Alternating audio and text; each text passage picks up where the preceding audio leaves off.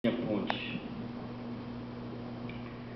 Excelentíssima Senhora Alice Viana, Secretária de Estado de Administração do Governo do Estado do Pará. Excelentíssima Senhora Tereza Cativo, Secretária de Estado do Meio Ambiente do Governo do Estado do Pará. Excelentíssimo Senhor Sérgio Bacuri, Secretário de Estado de Planejamento, Orçamento e Finanças do Estado do Pará. Ilustres autoridades já mencionadas pelo cerimonial, senhoras, senhores, ilustres servidores da Secretaria de Estado da Fazenda do Pará.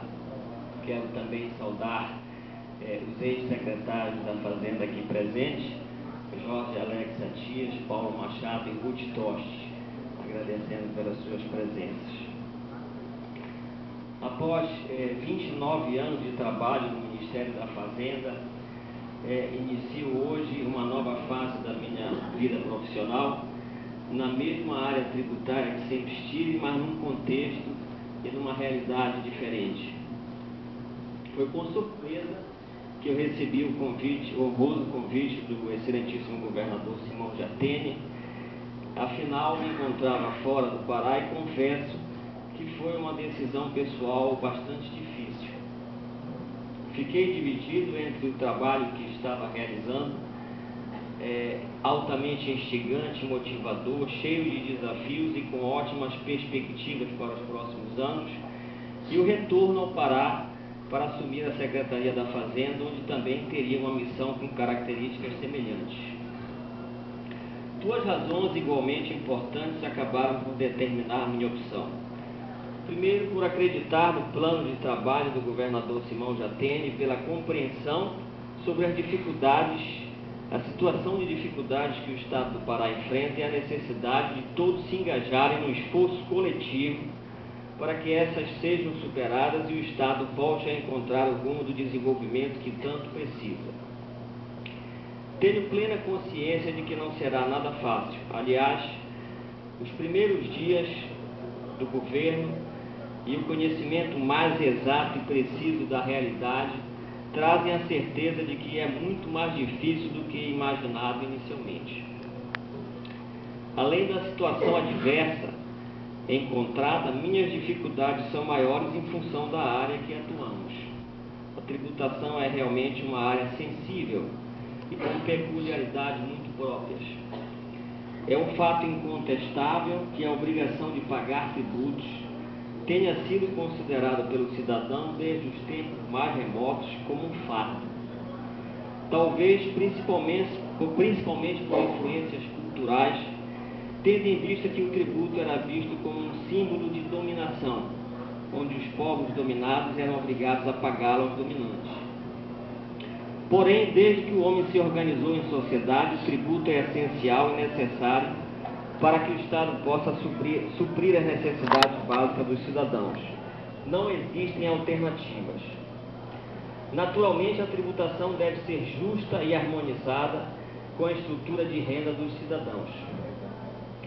Mas uma coisa é discutir o problema tributário em termos de como se deve distribuir o esforço entre a comunidade, e outra, muito diferente, de negar ao próprio Estado, de maneira sistemática, os recursos necessários à solução dos inúmeros problemas que a sociedade moderna oferece. O administrador tributário tem a árdua missão de mudar a imagem que a tributação tem entre a sociedade desde os tempos imemoriais, como um remédio amargo, e tentar criar uma consciência tributária. Para isso, necessita atuar sempre no sentido de tornar o processo tributário transparente, pois se a arrecadação não é considerada pela sociedade como razoável, justa e simples, e se ainda o contribuinte não reconhece que o imposto pago se transforma em serviço prestado pelo Estado, a relação Estado, sociedade e indivíduo se torna instável. A legitimidade da representação política começa a ser questionada e a sociedade não progride. É inviável a função de arrecadar tributos se houver resistência dos contribuintes. Eles devem entender que os impostos são essenciais para a realização do bem coletivo e, portanto, deve não somente cumprir com suas obrigações fiscais, mas também exigir que os outros também o façam. A sonegação é mais do que um ato de rebeldia ou desobediência civil contra o Estado. É um crime contra a cidadania e, como tal, deve ser punido exemplarmente.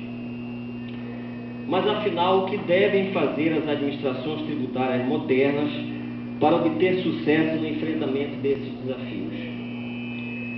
Seu objetivo estratégico inicial não deve ser outro senão de aumentar o nível de aceitação social do sistema tributário e o grau de colaboração social na aplicação do mesmo, pois somente desta forma conseguirá sua correta aplicação. Em seguida, suas estratégias devem estar voltadas para incrementar os níveis de cumprimento voluntário dos contribuintes. Isso exige a aplicação de duas linhas de atuação simultâneas e complementares: facilitar o cumprimento das obrigações tributárias e, ao mesmo tempo, reforçar o combate às fraudes fiscais. Essa dupla face da administração tributária, atenciosamente colaboradora com os cumpridores, duramente repressiva com os fraudadores, adquire desta forma uma nova dimensão em virtude de ambas as práticas estarem a serviço da aceitação social do sistema tributário. De igual modo, necessitam as administrações tributárias desenvolver especialmente ações que assegurem aprimoramentos em seus principais componentes, que são o marco legal e normativo em que atua, os seus processos e rotinas de trabalho, a tecnologia de informação e comunicação, sua estrutura organizacional, sua gestão e o desenvolvimento de seus recursos humanos. Vejamos o que pode ser feito em cada um desses componentes, começando pelo marco legal e normativo.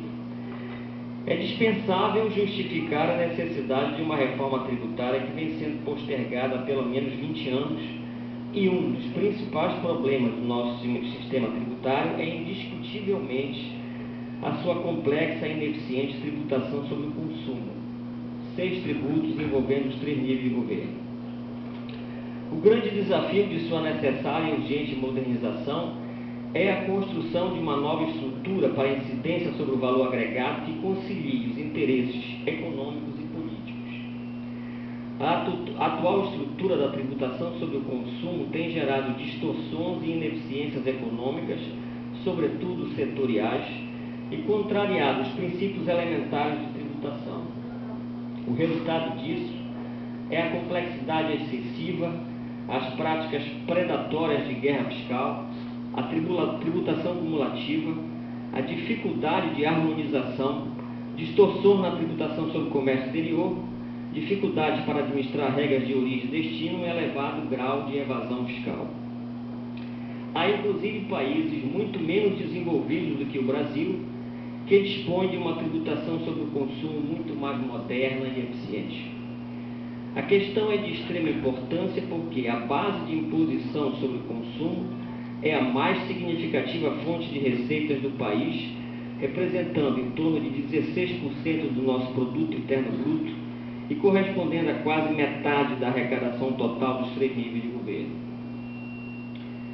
Se não avançarmos na reforma tributária, devemos principalmente investir no combate à guerra fiscal predatória que, de forma surpreendente, atingiu um nível que parece desconhecer limites, impondo perdas à sociedade, a principal prejudicada.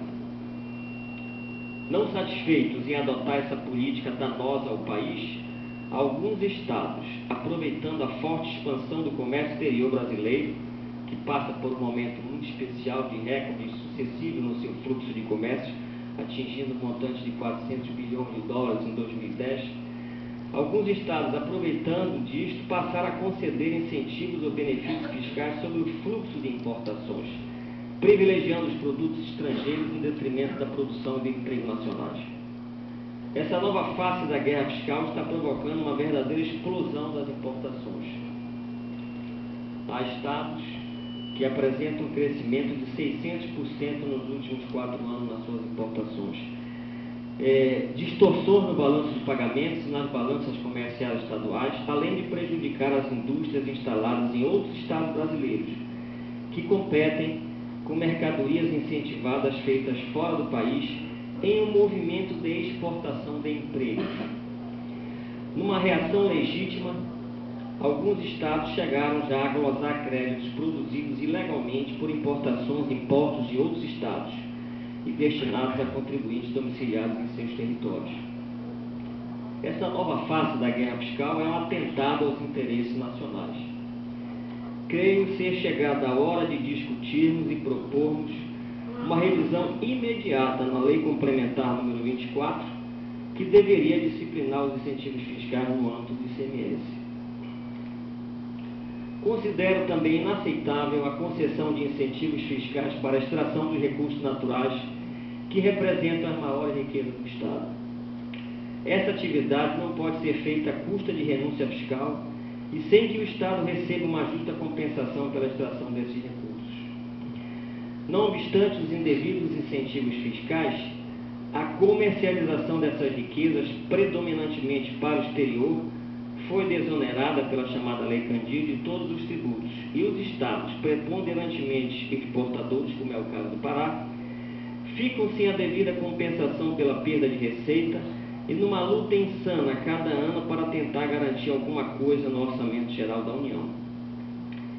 Sem querer ser saudosista, mas ao examinar o problema gerado pela desoneração das exportações, não dá para não sentir falta dos impostos únicos que foram extintos na Constituinte de 88 e que incidiam sobre os minerais, energia elétrica, combustíveis e transportes sem qualquer desoneração nas operações de exportação.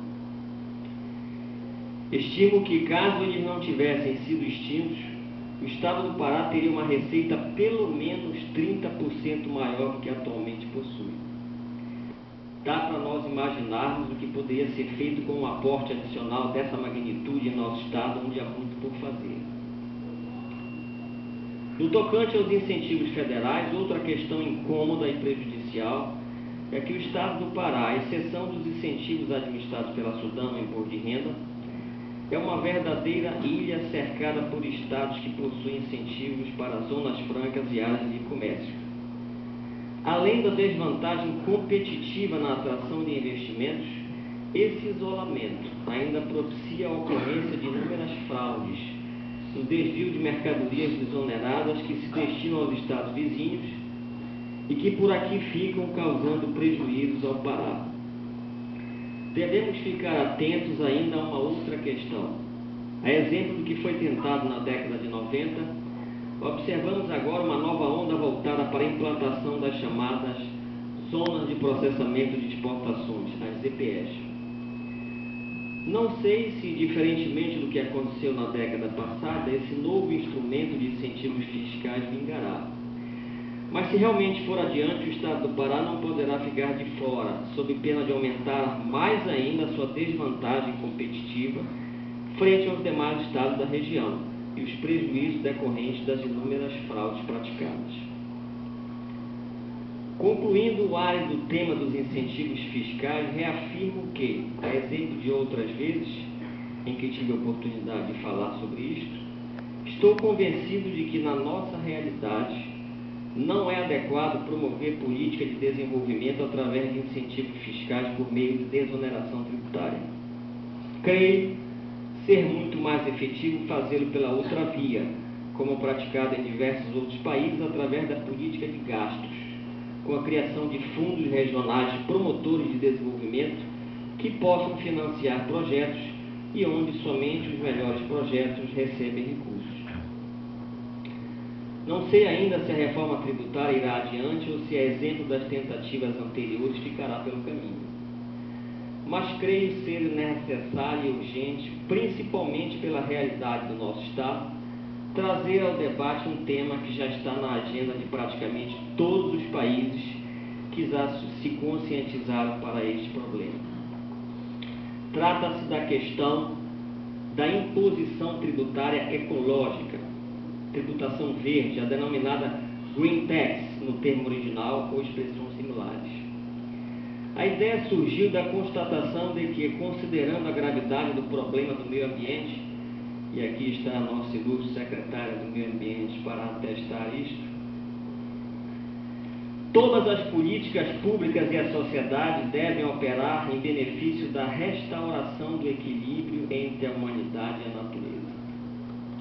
É um erro imaginar que somente a atuação do Estado por si próprio poderia lograr mudar o modelo de desenvolvimento econômico destrutivo, contaminador, emissor de gases nocivos para a atmosfera, desconhecedor do impacto das externalidades negativas que vem caracterizando nosso sistema econômico desde princípios do século XIX. Desta forma, é imprescindível reverter as estruturas fiscais que nunca consideraram o capital ecológico como fator fundamental a preservar e construir um sistema tributário a favor do meio ambiente. Nesse sentido, o sistema tributário ocupa um papel fundamental, pois os impostos são mecanismos de transformação econômica muito significativa e de forte impacto nos comportamentos sociais. Resulta, portanto, imprescindível alterar o sistema tributário para adaptar os comportamentos sociais de forma mais favorável ao meio ambiente e desenvolver uma política fiscal que premie as atividades econômicas, operações econômicas, rendas que afetem positivamente o meio ambiente e onere com maior carga tributária as atuações dos administrados que causem dano ao ecossistema. É uma ideia avançada e controversa, sem dúvida, porém não podemos mais adiar sua inclusão na agenda de discussão do nosso país. Sobre o componente processos e rotinas de trabalho. No tocante aos processos e rotinas de trabalho, especial atenção deve ser conferida aos serviços de informação e assistência ao contribuinte. Eles podem ser concebidos de duas formas: como uma contrapartida aos novos modelos de gestão que transferem uma grande quantidade de obrigações acessórias aos contribuintes e, ao mesmo tempo, como um direito dos contribuintes de serem informados sobre a correta aplicação da normativa legal. Vislumbro ainda várias possibilidades de simplificação de procedimentos e desburocratização, especialmente nos serviços mais demandados, como o cadastro fiscal e no processo de regularização de empresas, na emissão das certidões que tem gerado sempre conflitos na relação com os contribuintes. Quando se depara com pendências impeditivas para a expedição dessas certidões, às vezes fruto de erros formais do próprio contribuinte ou da administração tributária, tem encontrado dificuldades em obter uma rápida solução e não raramente, em função da necessidade e da urgência, acaba recorrendo à via judicial para encontrá-la com perda de tempo e custos desnecessários. A diretriz básica que deve nortear os processos e rotinas de trabalho voltados para o atendimento ao contribuinte deve ser a simplificação e a maior preocupação com os direitos e garantias dos contribuintes, visando tornar a relação deles com a administração tributária mais equilibrada e transparente. Sobre o componente tecnologia de informação e comunicação. Atualmente não é razoável pensar em uma administração tributária eficiente e eficaz sem considerar o uso intensivo das modernas tecnologias de informação e comunicação.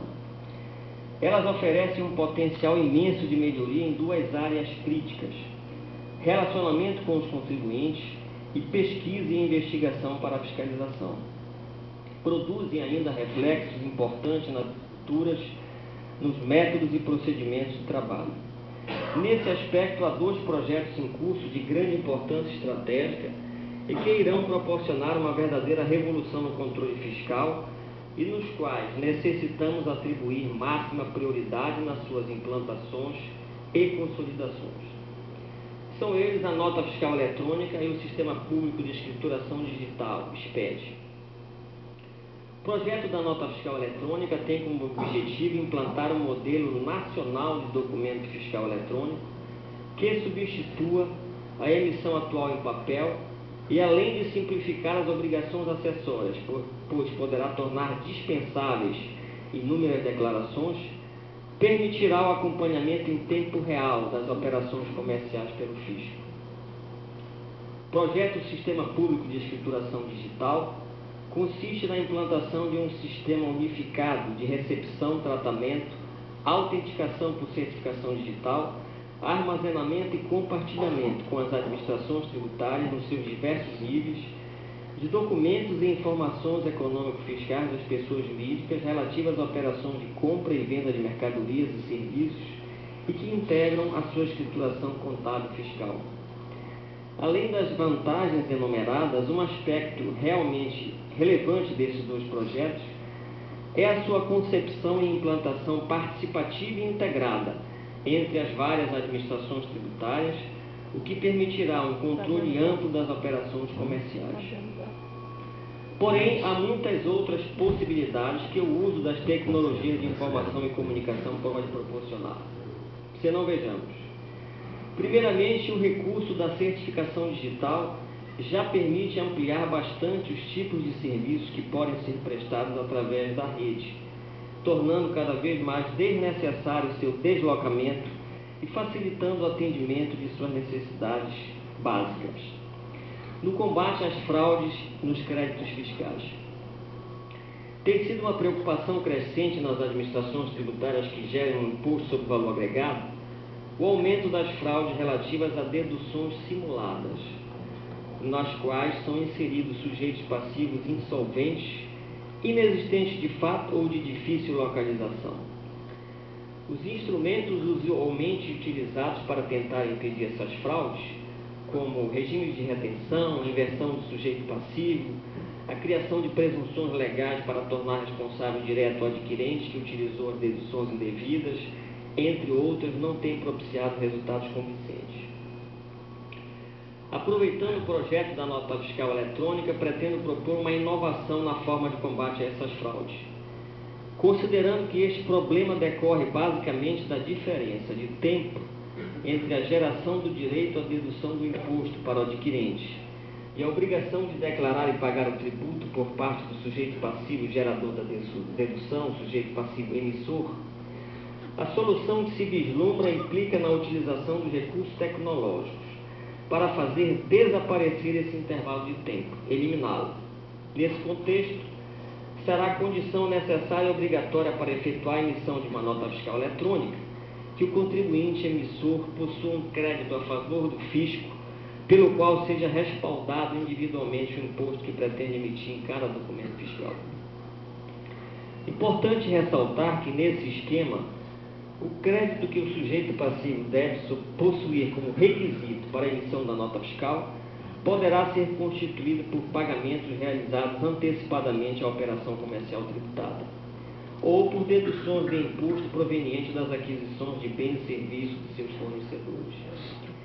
Essa nova forma de controle dos créditos de imposto possibilitaria inúmeras vantagens. Seriam desnecessários extremos formalismos e presunções legais complexas, maior confiabilidade nas transações, diminuição do oneroso controle fiscal sobre os comprovantes recebidos, redução da litigiosidade entre o fisco e os contribuintes, redução da carga fiscal indireta em face da automação do processo de emissão, registro e pagamento e maior efetividade na administração das receitas. É evidente que existem alguns problemas para a implantação desta nova ideia, porém vamos examinar cuidadosamente todos eles e lutar pela sua implantação, sobretudo porque acreditamos nesta solução. Gestão de riscos no trânsito de mercadorias. O trânsito de mercadorias através das fronteiras do Estado se constitui numa atividade crítica e fonte de problemas que enfraquecem o controle e propiciam fraude. Comentei anteriormente sobre os problemas de desvio de mercadorias desoneradas que por aqui transitam e que acabam sendo desviadas em prejuízo da economia do Estado. Pretendemos reformular a forma de controle do fluxo de mercadorias pelo Estado através da implantação de um Centro Estadual de Gestão de Riscos, que conte com informações enviadas antecipadamente em e-mail eletrônico pelos transportadores, submetidas a um sistema de seleção parametrizada com recursos de inteligência artificial que monitore e indique para a fiscalização as mercadorias com maior possibilidade de irregularidades ou fraudes. É um sistema de seleção por aprendizado de máquina, o que permite que ele se auto-aprimore a cada dia. Além disso, este Centro Estadual de Gestão de Riscos deverá contar com auxílio de câmeras de vigilância integradas e interagindo com os bancos de dados, scanners para expressão célere e não invasiva das cargas e lacres inteligentes que permitem um acompanhamento integral da rota percorrida pela carga, dentre outros recursos que complementarão o novo controle do fluxo de mercadorias. Posso assegurar-lhes que esses centros, em funcionamento em alguns países, se constituem no estado da arte no que diz respeito ao controle fiscal do fluxo de cargas. Além da maior efetividade no controle que o Centro Estadual de Gestão de Riscos irá proporcionar, deve ser ressaltado o benefício que trará para o contribuinte regular, pois o fluxo de mercadorias poderá ser efetuado de modo muito mais célere e seguro. Débito automático do ICMS nas importações. O débito automático em conta corrente do contribuinte do ICMS e crédito na conta do Tesouro Estadual nas operações de importações, a exemplo de como já é feito nos tributos federais, no Sistema de Controle do Comércio Exterior, o SISCOMEX. Eu já estava trabalhando nesse projeto a pedido de alguns estados e, evidentemente, que ao sair da coordenação aduaneira, eu determinei que ele passasse a ser prioridade absoluta. Foi um dos meus últimos atos na COAN. Pretendemos ainda implantar, conforme já acertado com o governador, que nos recomendou prioridade absoluta para este projeto, um projeto que já vem sendo utilizado com muito sucesso em outros estados, como, por exemplo, o estado de São Paulo e o Distrito Federal, que é o projeto da Nota Fiscal Cidadã. Em São Paulo, esse projeto tem o nome de Nota Fiscal Paulista e no Distrito Federal de Nota Fiscal Legal. Este projeto consiste em incentivar a emissão da nota fiscal correspondente às operações comerciais através da atribuição de créditos ao consumidor identificado. Esses créditos poderão posteriormente ser resgatados pelo adquirente, compensando com o pagamento de outros tributos, IPVA, por exemplo, ou creditando o valor em sua conta corrente. No estado do Pará, esse projeto será denominado Nota Fiscal Cidadã, pois, antes de ser uma obrigação do contribuinte, a nota fiscal é um direito do cidadão e o estímulo concedido visa conscientizar a sociedade de que sua participação e cooperação no controle fiscal é um ato de cidadania. Sem querer esgotar as possibilidades de aproveitamento dos recursos da tecnologia, informação e comunicação, devemos também utilizar o imenso potencial das ferramentas de e-learning, ensino à distância, para a capacitação e aprimoramento profissional dos servidores. O componente estrutura organizacional. A estrutura organizacional adequada de uma administração tributária se relaciona com as estratégias definidas, com os recursos disponíveis e, muito especialmente, com o contexto a que pertence em sua dimensão histórica, política, cultural e econômica. Nesse sentido, os cenários a considerar na opção por uma determinada estrutura organizacional deverão contemplar esses fatores e sua provável evolução. Uma característica importante na estrutura organizacional em um contexto em permanente e rápida evolução como a atual é uma alta flexibilidade em duplo sentido. Não se constituir numa trava para a adoção de novas e necessárias estratégias e tampouco limitar ou retardar outras mudanças que exijam a adaptação ao entorno. Há tendências de utilização nas estruturas da administração tributária do critério de departamentalização, predominantemente funcional, com ênfase no tipo de contribuinte e a concessão de autonomia orçamentária e financeira vinculadas a um contrato de gestão, que precisam ser examinadas num processo de modernização que nos dispomos a empreender. Sobre o componente gestão e desenvolvimento de recursos humanos. O planejamento estratégico é um recurso indispensável em virtude da atuação em um entorno dinâmico e complexo. De uma forma simplificada, é trabalhar ordenadamente para alcançar os objetivos fixados. Permite ainda avaliar atividades e resultados e, em função disso, é habilitar o gerente para tomar decisões. Também possibilita padronizar e homogeneizar os processos e procedimentos. Podemos dizer que uma parte essencial da melhora na efetividade da administração tributária está no desenho e estabelecimento de sistemas de controle de gestão e informação. Não podemos prescindir desta ferramenta se desejamos eliminar as improvisações e garantir os requisitos para o desempenho eficiente. Porém, o plano estratégico não é suficiente. Necessita ser complementado com um controle efetivo da gestão que sirva para avaliar o cumprimento e adequação dos objetivos e metas propostos, que representam um instrumento fundamental para retroalimentar o próprio processo de planejamento e, mais ainda, para avaliar a própria administração e identificar as necessidades de mudanças. Se a eficácia de um sistema fiscal depende em grande medida da organização encarregada de aplicá-lo, também é correto afirmar que toda a administração tributária se sustenta, em boa parte, nos recursos humanos que dispõe. Os componentes de uma administração tributária já comentados, marco legal, processo de trabalho, tecnologia de informação e estrutura, estão associados na forma de adição ao êxito da gestão. Os recursos humanos são o multiplicador do resultado daquela soma. Uma força de trabalho qualificada, íntegra, preparada tecnicamente, atualizada em seus conhecimentos e remunerada de modo compatível com as suas responsabilidades é imprescindível para poder desenvolver corretamente todas as funções da administração tributária e para relacionar-se em condições de igualdade com os profissionais do âmbito tributário que prestam serviços aos contribuintes. Será necessário buscar envolver todos os servidores sem exceção. Eles necessitam conhecer e, principalmente, querer participar do desafio.